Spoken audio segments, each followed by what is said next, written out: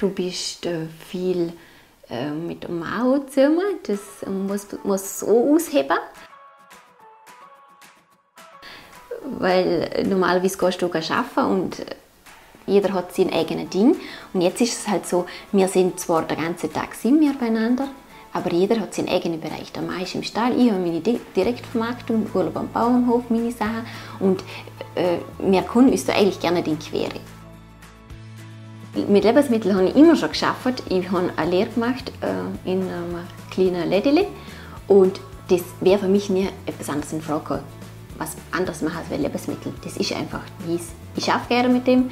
Ich tue das gerne ausprobieren, was man machen kann. Und ja, das ist einfach meins.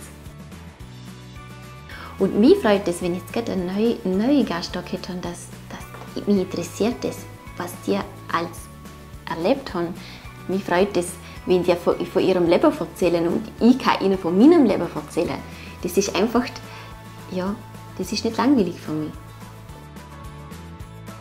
Es ist einfach so, die Leute haben ein Bild im Kopf von einer Landwirtschaft und das ist nicht immer das, was wirklich so ist. Du musst nicht das einfach erklären, du musst erklären, warum Kälber am Anfang einzeln gehalten werden müssen. Aber du musst schwätzen mit ihnen. Das ist nicht nur mit dem Tourismus so, sondern das ist auch mit unseren Leuten, was da bei uns am Hof vorbeilaufen, spazieren. Die verstehen das nicht, du musst das erklären.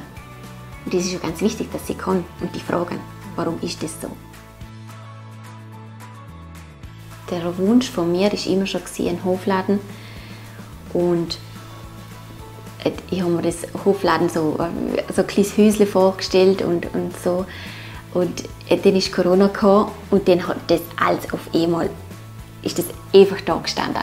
Da haben wir die Möglichkeit gehabt, dass wir so einen Hofladen, so alte Bushaltestellen kaufen können. Das haben wir dann zu einem wirklich schönen, tollen Laden, haben wir das dann umgebaut. Und dann hat es dann richtig angefangen. Es war zwar am Anfang schon brutal, weil das ist, ich habe mich gar nicht vorbereiten können, das ist einfach gewesen. Und jetzt bin ich froh, dass es so war, dass es wirklich so, manchmal ist es am besten, wenn es einfach schnell geht.